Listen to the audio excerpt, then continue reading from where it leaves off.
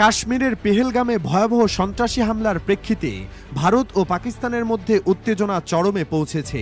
হামলায় ২৬ জন নিহত হওয়ার পর পরিস্থিতি দ্রুত অবনতির দিকে যাচ্ছে এবং এই উত্তেজনা সামরিক সংঘাতে রূপ নেওয়ার আশঙ্কা দেখা দিয়েছে।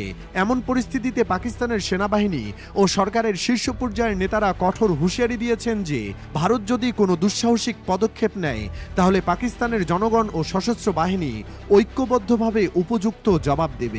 রোববার ১৪ মে গভীর রাতে ইসলামাবাদে পাকিস্তান টেলিভিশনের সদর দপ্তরে এক জরুরি সংবাদ সম্মেলনের আয়োজন করে আন্তঃবাহিনী জনসংযোগ পরিদপ্তর আইএসপিআর। সেখানে উপস্থিত ছিলেন আইএসপিআর এর মহাপরিচালক লেফটেন্যান্ট জেনারেল আহমেদ শরীফ চৌধুরী এবং তথ্যমন্ত্রী আতাউল্লাহ তারার।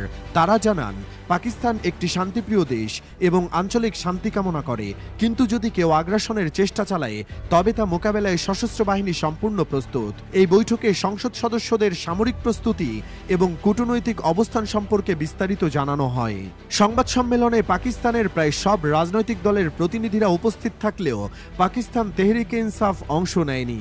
দলটি দাবি করে তাদের প্রতিষ্ঠাতা ইমরান খানের মুক্তির শর্ত পূরণ না হওয়ায় তারা এই বৈঠকে যোগ দেয়নি।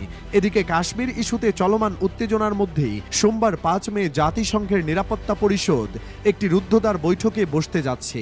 বৈঠকে পেহেলগামে হামলার পরবর্তী পরিস্থিতি, ভারতের সিন্ধু পানি বন্টন চুক্তি স্থগিতের সিদ্ধান্ত এবং আঞ্চলিক নিরাপত্তা নিয়ে আলোচনা হবে।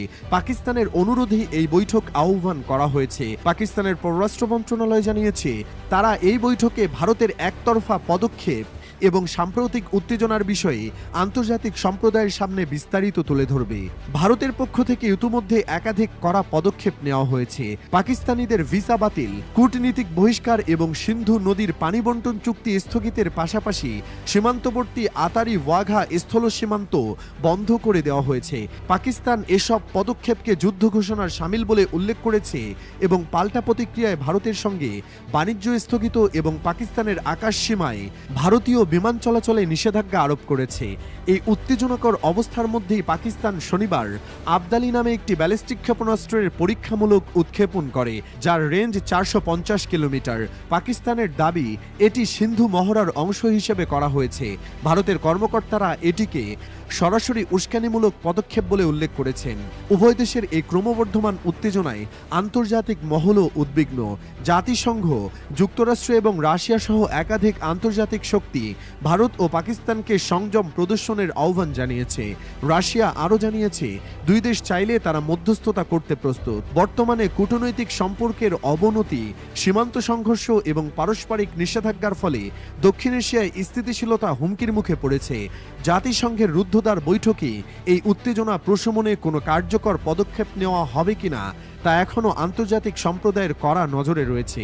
উল্লেখ্য, জাতিসংঘ নিরাপত্তা পরিষদের স্থায়ী ৫ সদস্য চীন, ফ্রান্স, রাশিয়া, যুক্তরাজ্য ও যুক্তরাষ্ট্র, এছাড়াও 10টি অস্থায়ী সদস্য রয়েছে, যাদের মধ্যে পাকিস্তানও রয়েছে।